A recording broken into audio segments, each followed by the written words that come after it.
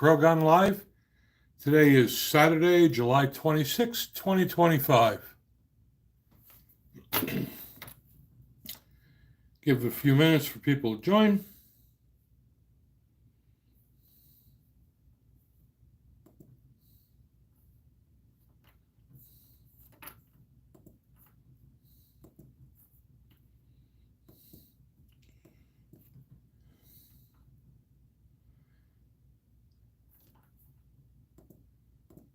And it is another hot day here in Tennessee.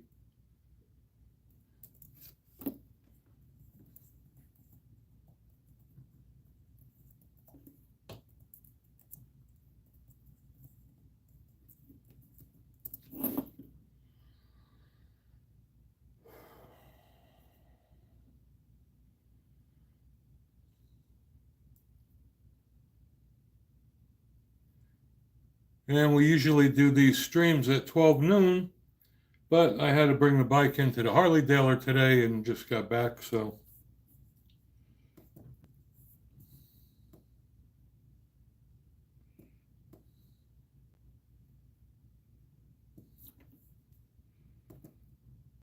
We should be back on track next week.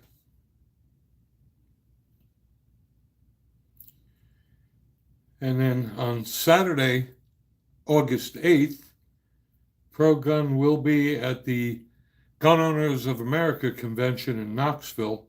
I may do a live stream right from there.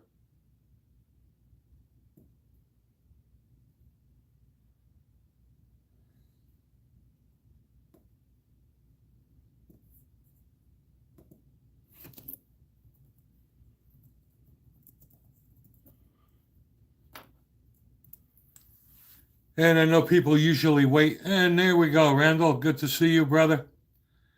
I apologize for starting late today. I usually do this at 12, as you know, but I had to take the motorcycle into the Harley-Davidson place to get a new battery and fluids and stuff like that. So hope all is well with you.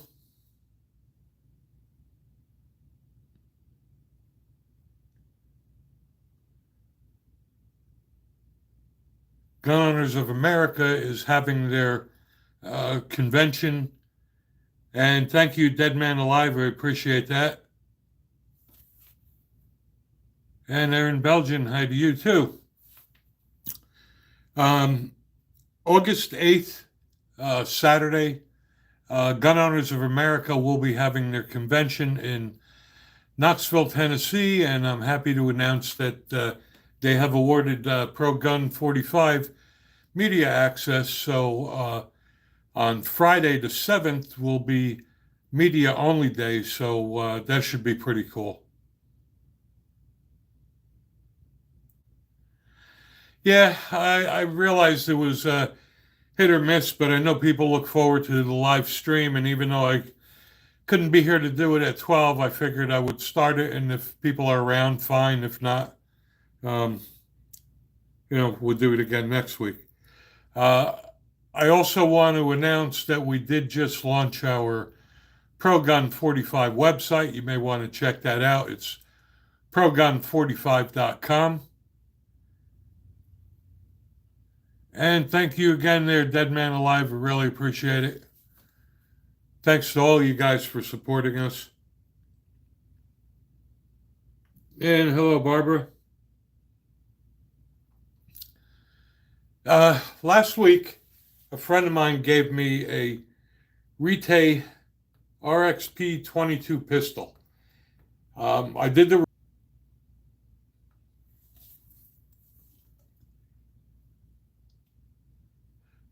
well, I want to start out by saying that Pro Gun 45 wants to express their sympathy and prayers to the Air Force service member that was killed by a SIG P320 and their families. And hello to you too, Ruby.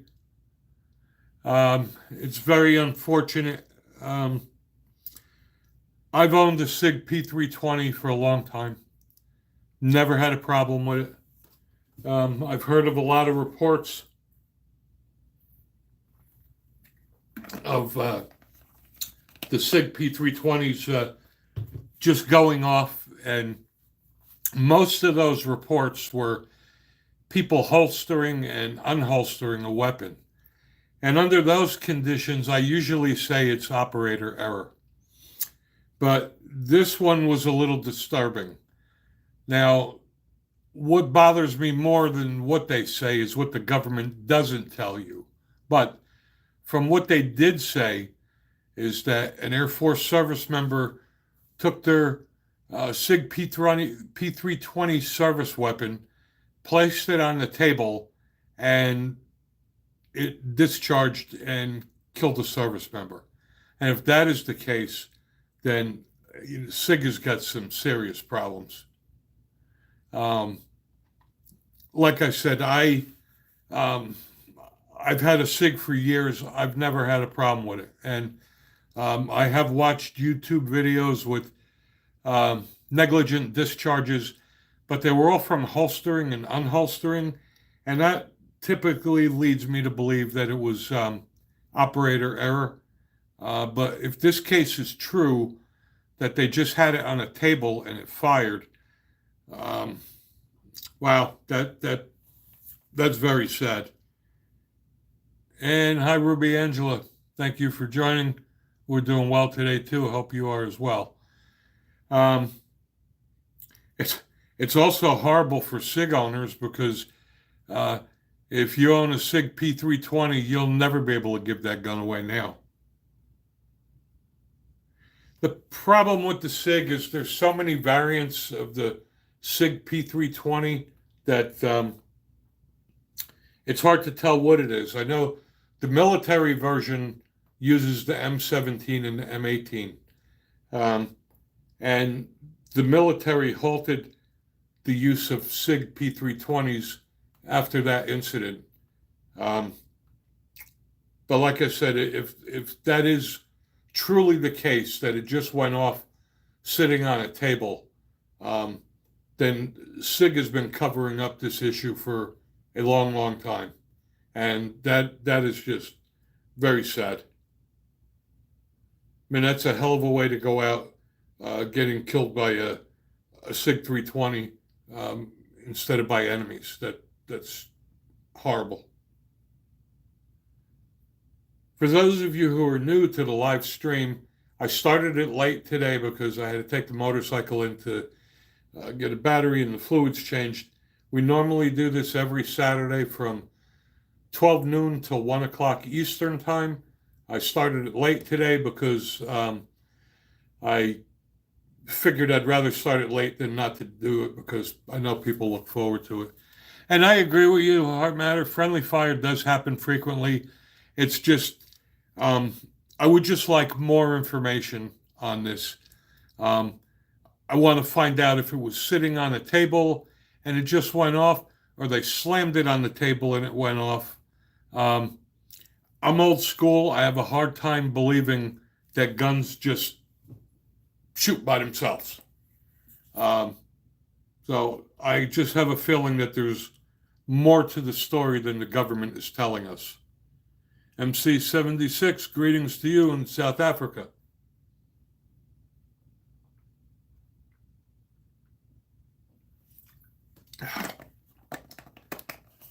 I apologize for chugging my iced tea, but damn, it's like 94 degrees today, and the ride home from the Harley dealer was just brutal. It was, oh my God, it was painful.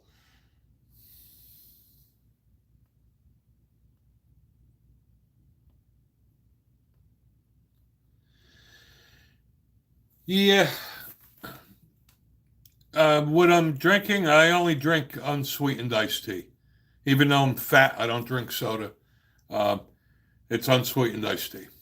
Heart Matters. I agree with you, and it's just like when you look at gun statistics. I'm a data guy by trade, so I like to do data analysis on gun deaths. So when you look at gun deaths, okay, they classify them as accidental discharges and negligent discharges. And typically, Accidental discharge is because there was something mechanically wrong with the gun and it couldn't be avoided. A negligent discharge means it was operator error and it could have been avoided.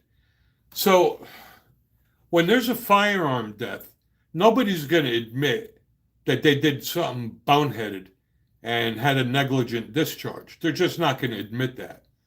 But I really would like to know the whole story behind this because it's very vague by saying it was on the table and it just went off.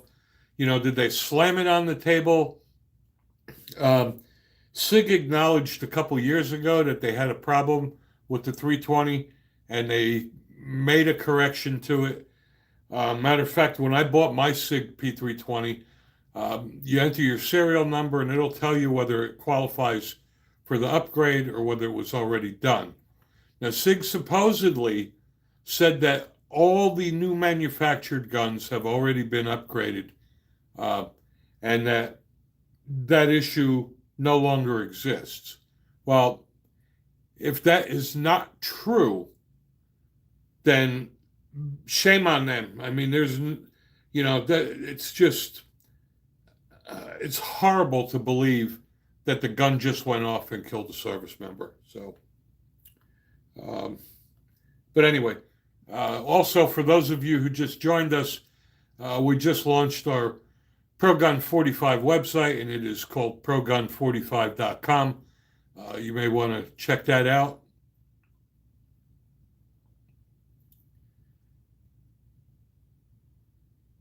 And about a week or so ago, last weekend, I guess it was,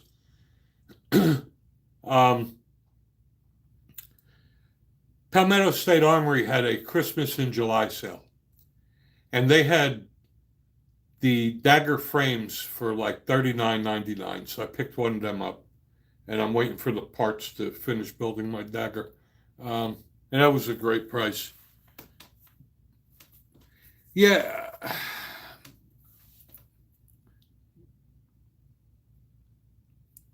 Okay. I guess what I could say is I've seen a lot of the SIG videos where there were negligent discharges in a holster. But, when it comes to holstering and unholstering, a lot of that is negligence. A lot of the holsters may not have been properly fitted. And no offense if anybody out here is law enforcement, but I got to tell you, law enforcement are not the most gun-savvy people in the world. They're probably the worst shooters I've ever encountered. If you do an analysis on data, law enforcement only hits their target 27% of the time. And that's why sometimes you read these articles where, they killed the suspect and they fired 21 times. They only hit the guy like 3 times. They're horrible shooters. And it wouldn't put it past me to believe that law enforcement did some boneheaded thing, holstering or unholstering a firearm. However, to have it just go off laying on a table, that's another problem. Now, I grant you, a lot of guns, if you drop them, may go off, but there's no excuse for it to just go off sitting on the table. But I would really like to get more information on that because the article says allegedly.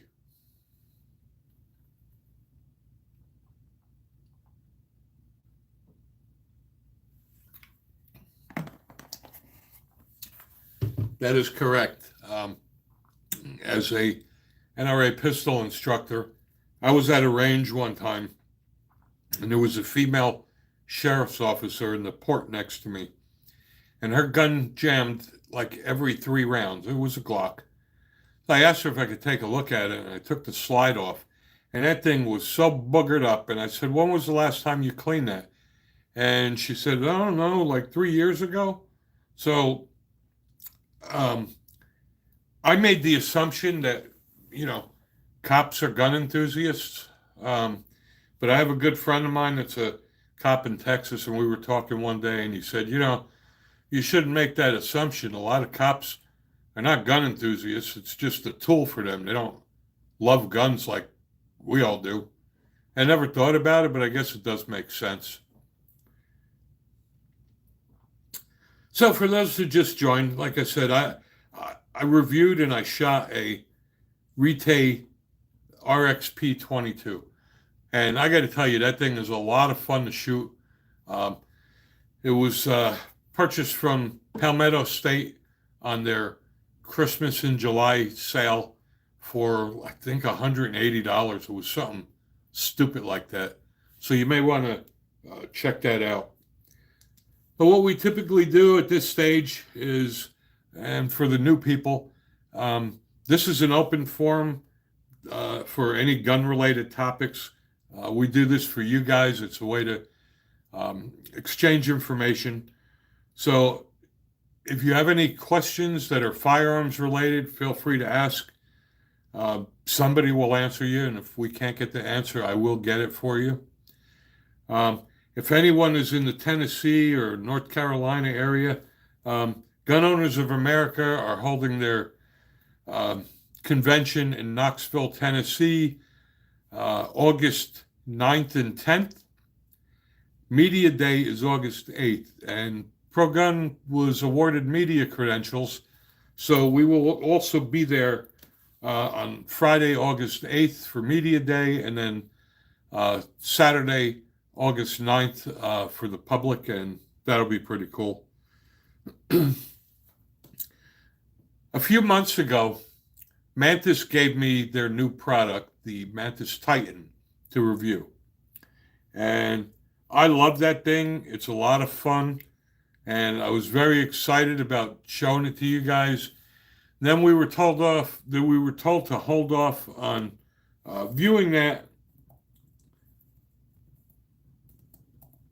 So I contacted them yesterday and I asked them, when do you plan on releasing it? And all they said is they hit a major roadblock and they're going to hold off for a few more months. So as soon as I get more news, I'll relay that message.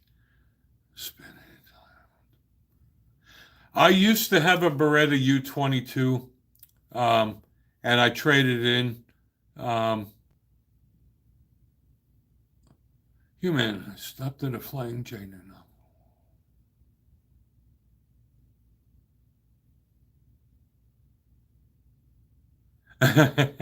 Yeah, that's awesome. Yeah, they have a good sense of humor down here. I'm a big Weigels fan personally. I don't really like Flying J, but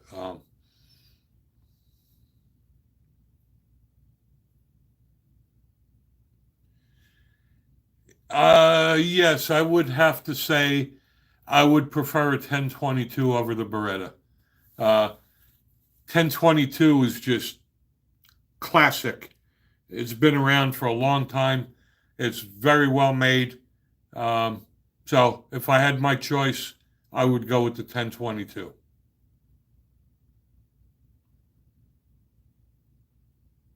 Not that there's anything wrong with the Beretta, but I give the edge to the 1022. They actually still make the 1022. It's that good of a gun that it's still in production.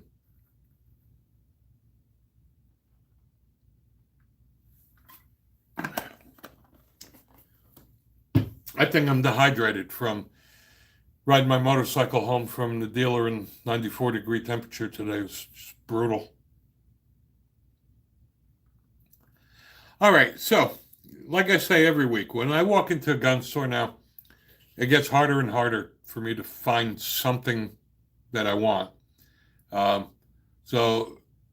I'm not really a long gun fan, even though I do have some in my collection. So if you guys have any recommendations on pistols, I'm open to that because I don't know. My wife and I were actually in Bass Pro today, and walked through the gun department and there was not one gun there um, that reached out to me. Yes, you can tell your experience about the Beretta. That's what this is for, to share information and ideas, answer questions, and a lot of people can benefit from experiences. So you can go ahead and tell your experience of the Beretta.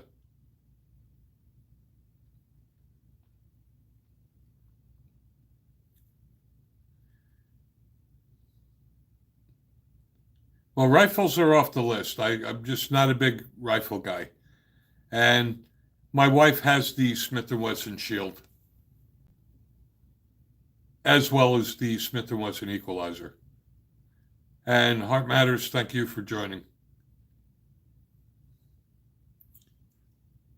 And Heart Matters, you are our number 3 contributor today. Number 2 is Dead Man Alive, and number 1 is Randall P. So I thank you guys. Really appreciate your support. A year ago, we only had 1,000 subscribers. This year, we picked up almost 6,000, and we'll probably have 10,000 by the end of the year. And the channel just skyrocketed this year, and that's because of you guys. So love you all. Thank you all for your support. Also, most of the firearms that I purchase, I'm able to purchase because of the revenue generated on the channel because of you guys. So thank you for that as well. And I do not hunt. Not yet. I always wanted to do that. Maybe when I retire, I want to hunt wild boar one day.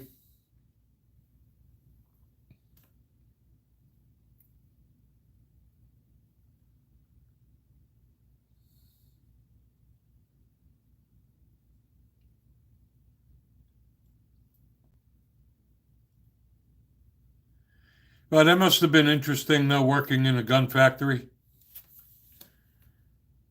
You know, Smith & Wesson moved to Maryville, Tennessee, and they had an open house when they moved here a year or two ago. My wife and I went.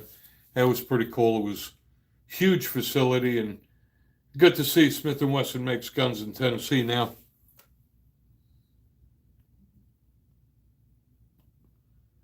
Yeah, I would love to hunt big boar.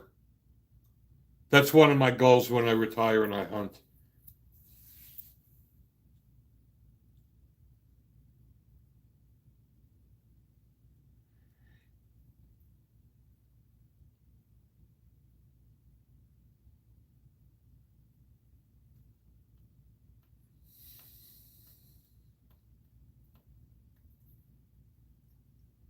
They have a place out here. I think it's like, I don't know, $500 for the weekend, and it includes meals, and you stay there Friday and Saturday night, and it's guided, and you're guaranteed to catch a wild boar. I was thinking of doing that, but uh, I just haven't got around to it.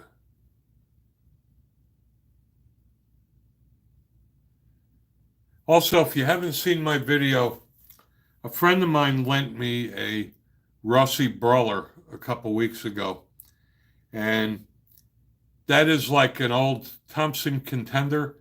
It is a single action, single shot pistol that shoots 410 shotgun shells and 45 Colt. Um, and that thing is a hell of a lot of fun to shoot. I shot it in the backyard. I love that thing, and it was only like $200. And just for the coolness factor, it's worth it.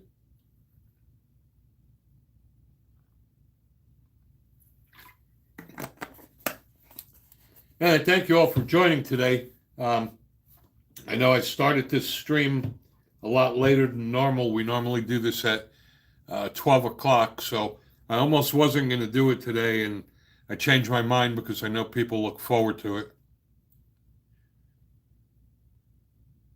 Also, for those who are just watching the stream, you could give a shout out. I can't I can't give you a shout out because it doesn't tell me who's on. It just shows me the number of people watching.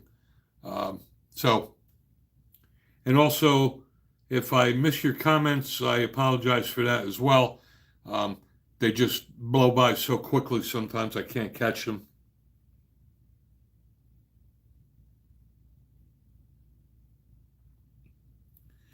Yeah, Heart Matters. Yeah, I just thought that the weekend thing would be cool. It would be a cool guy thing to do. You go away, for 3 days and stay in the cabin and, uh, shoot at wild boar and stuff like that.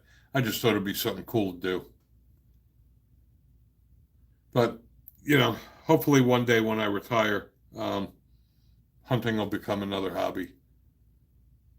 I just have so many expensive hobbies now between the guns and ham radio uh, and Stanley Bell. You dipshit, you're going away.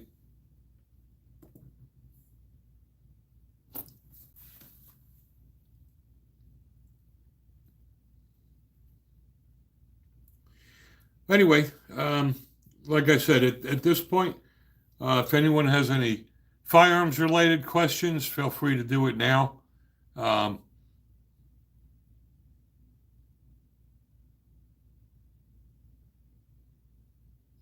yeah, I bet. I mean, hunting looks cool. I just have never done it. I do fish, and um, unfortunately, since we got our Great Dane, we use him as an excuse because we take him everywhere. Uh,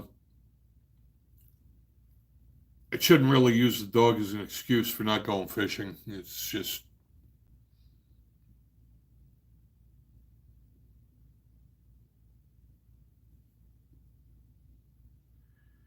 so it is 5:19.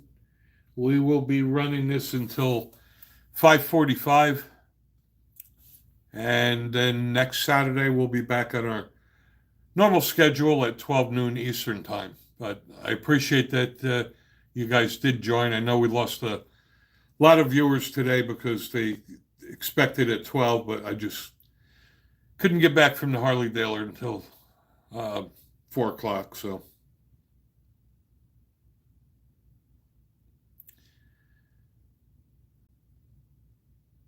and Heart Matters, I do like that in Tennessee. We can shoot with rifles, shotguns, and pistols as long as the pistol is 38 caliber or higher. So that's cool. I could use my 10 millimeter pistol. Not the Glock switches. My opinion on them is why look for trouble?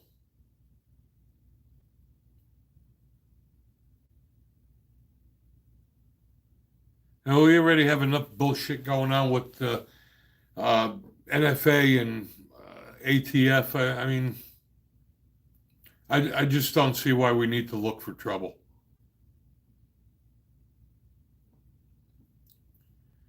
Yeah, moose hunting must be cool.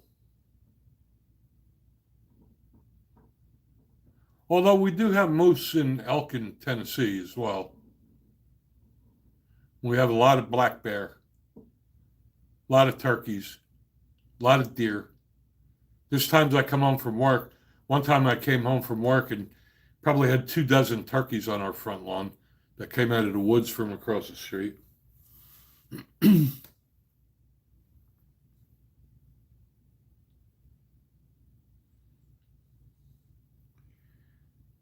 And I got some new stuff to review.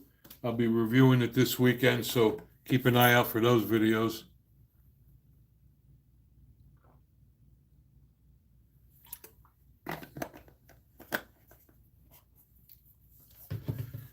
Um, while we have hunters out here, um, I have something that may be pretty cool that you may want to see. If you want, watch the review I did on the Rite RXP 22. That was sponsored by Buck Tracts. And it's a really cool product. And at the end of the video, um, I show you what the Bucktrax is. And the Bucktrax is pretty cool. It it's a plaque that gets made with a QR code, and you upload your story in video format. And when you click on the QR code, it plays that video, which is really cool. So if you had a deer head hanging on your wall that was killed by your grandpappy or your daddy, uh, you know, generations later can hear the story about it. So check out my video I did, and Don J, I'll get to you in 1 second. Um, check out my review I did on the Rite R RXP22, and you'll see the Deer Tracks product. It's really cool if you're a hunter. I think you'll really be interested in it. Okay, um, Don J, my opinion of the Ruger RXM. I have a Ruger RXM. I think it's an awesome gun. Um, it's not, contrary to what people say, it's not really a Glock clone, even though it's based on the Gen 3 technology. There's more differences than similarities. I think it's an awesome gun. It's optic ready. It's got a tritium front night sight.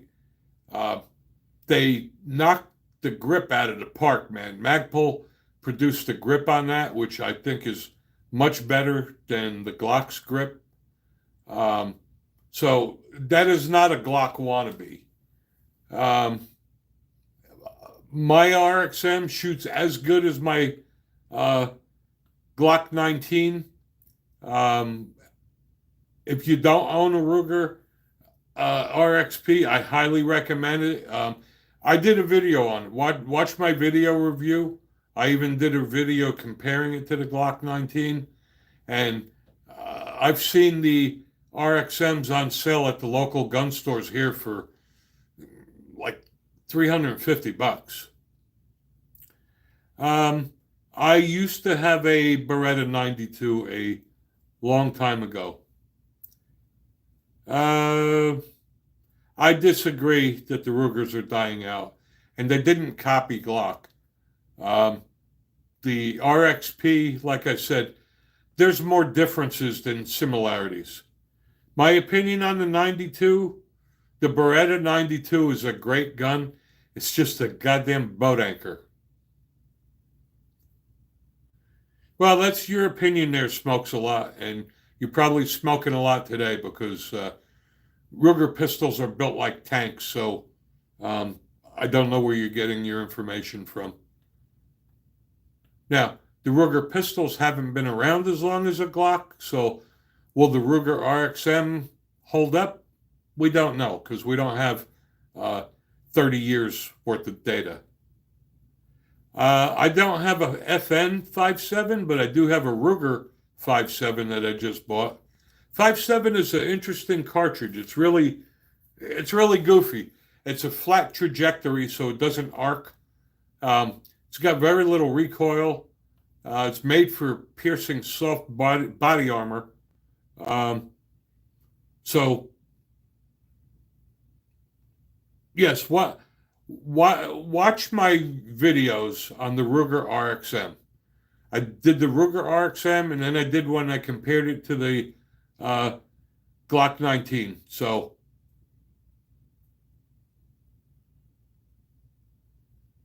and I think Smokes a lot. Whatever. You're entitled to your opinion. But anyway, there is nothing wrong with Rugers. Rugers are made in the USA. They have a lifetime warranty, and they are built like tanks. If you ever looked at the Ruger revolvers, the Ruger SP101, that thing is just a damn tank. And the Ruger RXM, watch my video. If you haven't seen it, it is well worth it. If money, now I'm not saying that it's better than the Glock, but what I'm saying is for $360, I don't think the Glock is $300 better.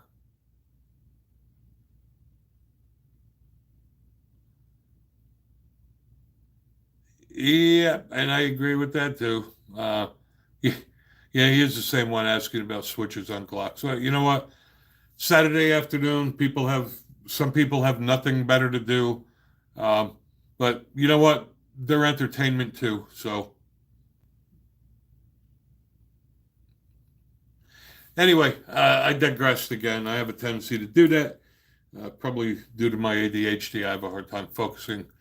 But anyway, watch my video on the Rite. Um, and if you're a hunter, you're going to really find that buck track's a really unusual product, and it's pretty cool. Oh, good for you and your damn switches. Whatever makes you happy, brother.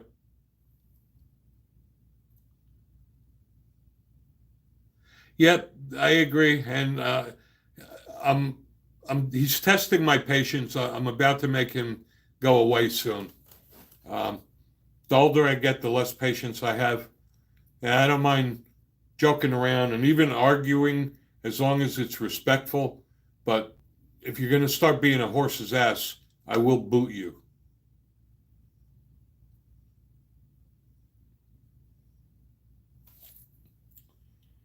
It is almost 5:30. We have about 15 minutes left.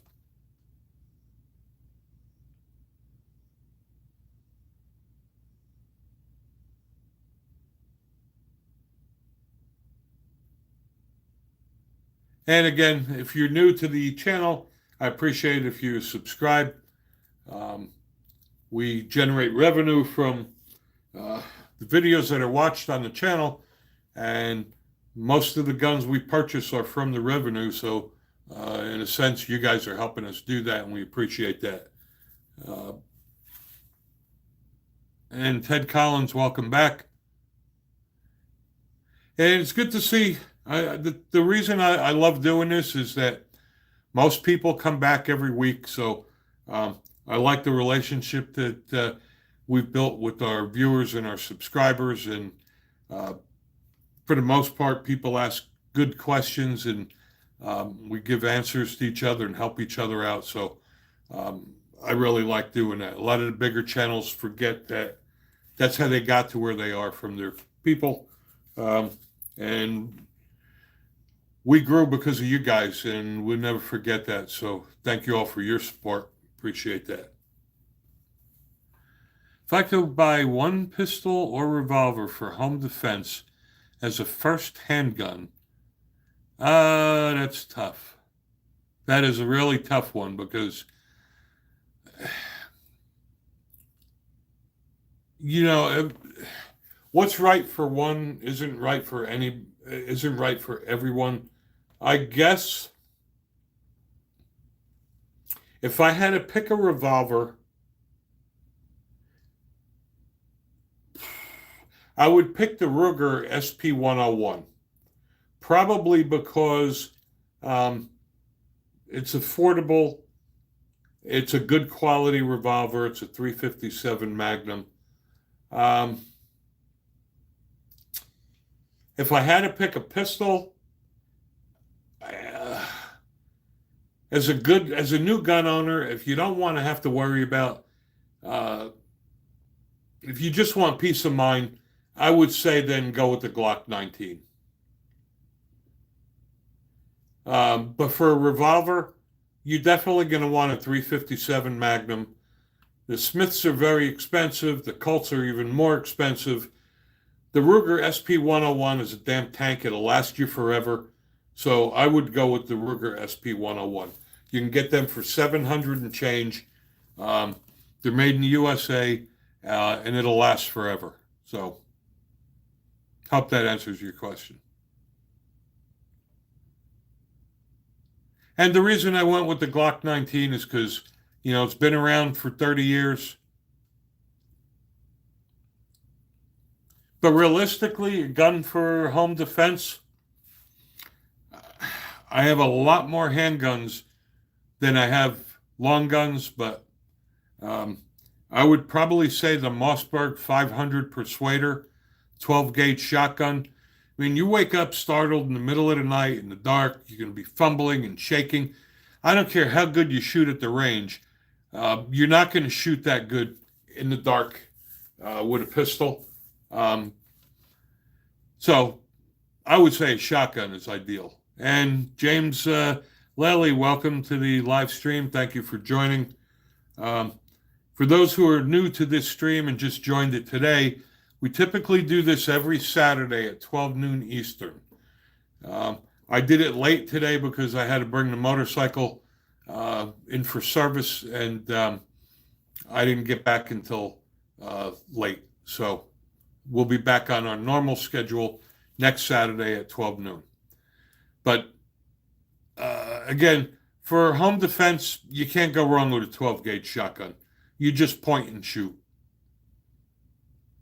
As much as I love my handguns, you're waking up startled in the middle of the night, your eyes are all groggy, blurry. You're not going to shoot your gun as well. Yeah, you can't beat that Mossberg 500. Let me tell you. Mossberg's been around for a long time.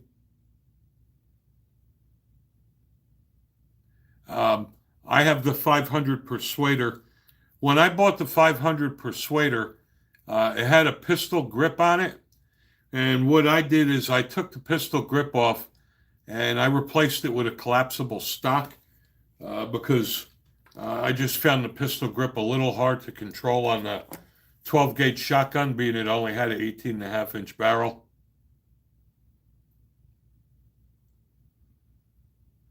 I got news for you. Remington isn't what they used to be anymore either. And there's probably, I don't know, there's a shitload of Mossberg 500s out there. They've been here a long time. And by the way, the Maverick 88 really is the Mossberg 500.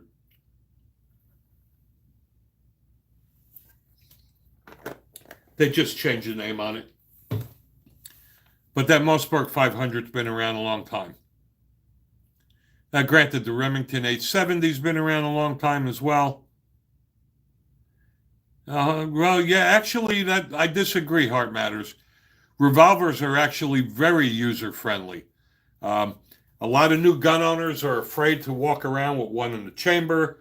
With a revolver, you just drop them in the cylinder and you fire. You don't have to worry about racking the slide. You don't have to worry about taking out a magazine.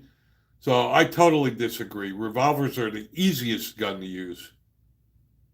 And smokes a lot. You're just getting to be a dipshit now, so I am going to make you go away.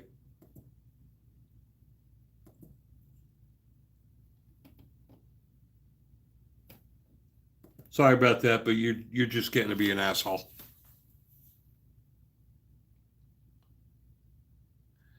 And James, I agree. I have a Turkish shotgun. I have a Panzer Arms AR-12, semi-automatic. It's built on the AR-15 platform. Holds 5 12-gauge shells, and that thing is awesome. And I've also had 0 failures. Turkish guns are great. The Canik is made in Turkey.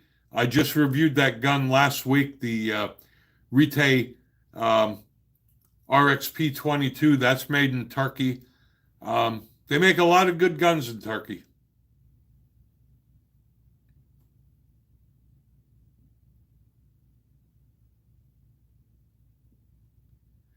You must have bad luck there, brother, because I've had my 500 for a long time and have 0 problems with it. And I've never heard of anyone that had problems with a Mossberg 500.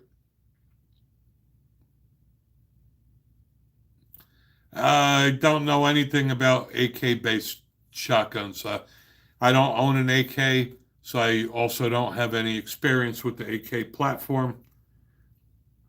Not that I think there's anything wrong with them. Like I said, I'm just not a long gun fan. I have an AR, and I built a couple AR pistols, but in general, I'm just a handgun guy. Heart Matters, the Benelli M4 is a very nice gun. I love the Benellis. They're just a little pricey. Um, Everybody just doesn't have the budget for it.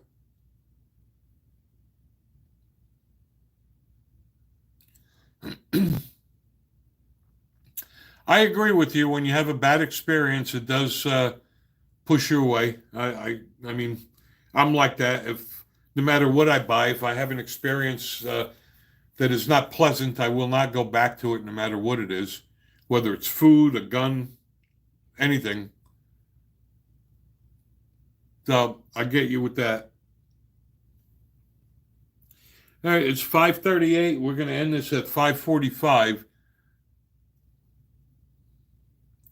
What is my favorite gun? That's tough. That's because I have too many goddamn guns to pick. So, what's my favorite gun? Okay, if I can only pick one, my favorite gun is my Glock 20 10 millimeter. You don't like loading revolvers under pressure. I understand that, but realistically, if 6 or 7 rounds isn't enough, you got a bigger problem than that.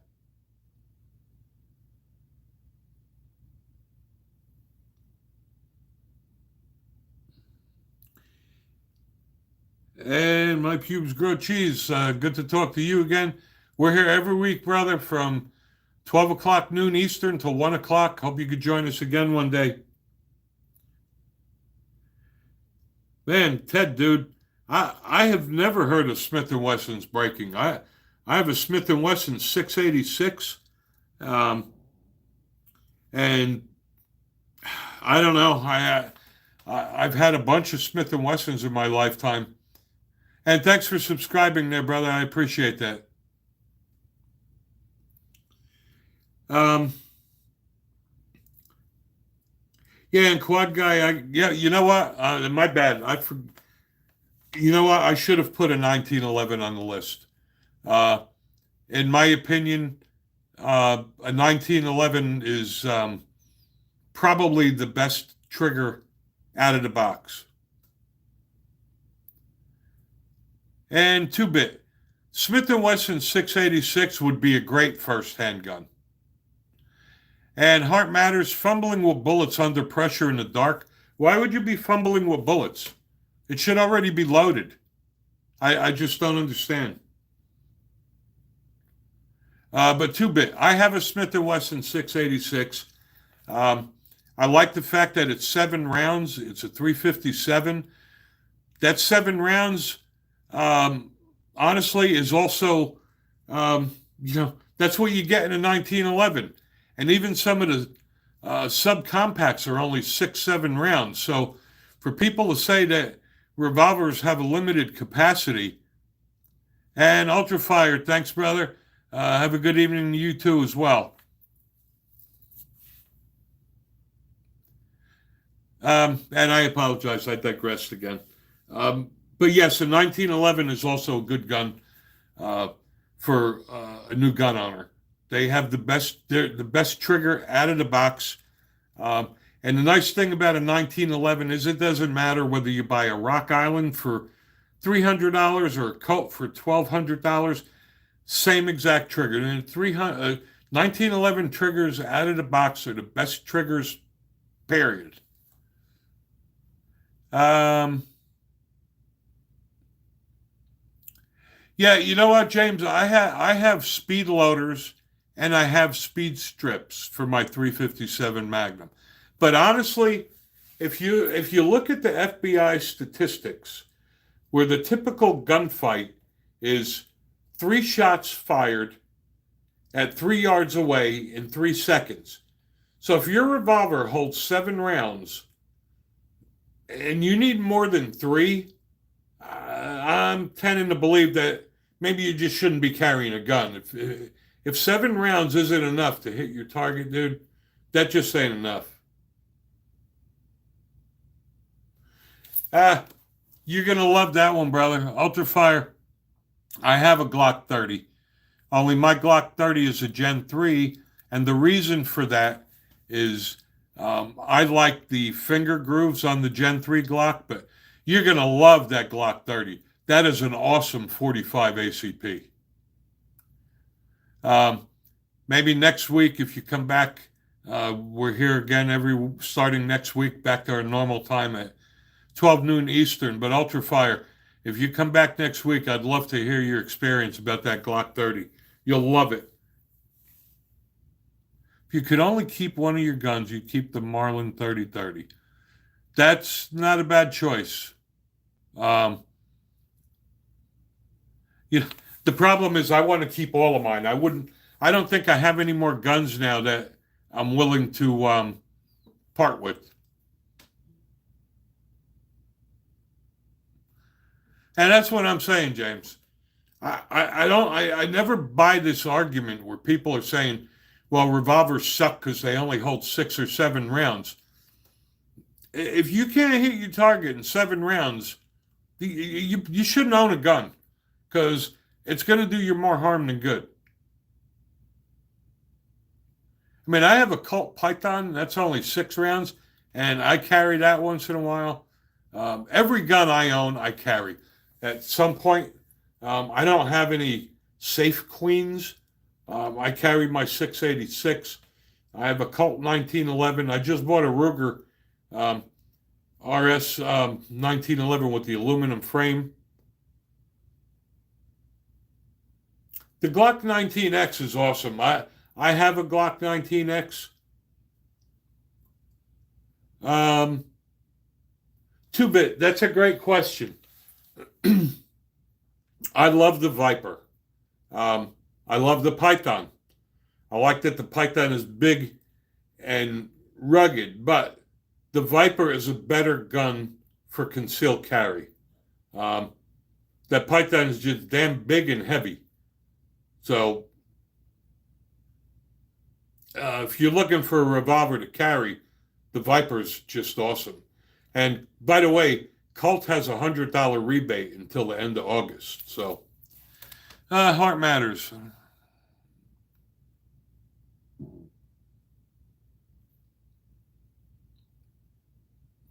I disagree. Not keeping the firearm loaded is like putting on your seatbelt after you hit the tree. It's just like people that don't carry one in the chamber. It's the same thing. It's like putting on your seatbelt after the accident. I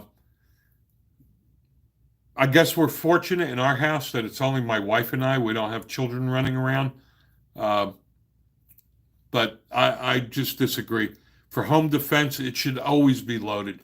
You shouldn't have to, if somebody busts into your house, you shouldn't have to be dicking around and you're going to be shaking and going like this. You shouldn't have to be loading your gun.